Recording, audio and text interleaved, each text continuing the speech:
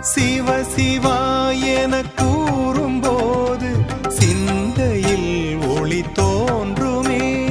சிவ சிவா என கூறும்போது சிந்தையில் ஒளி தோன்றுமே. நம பார்வ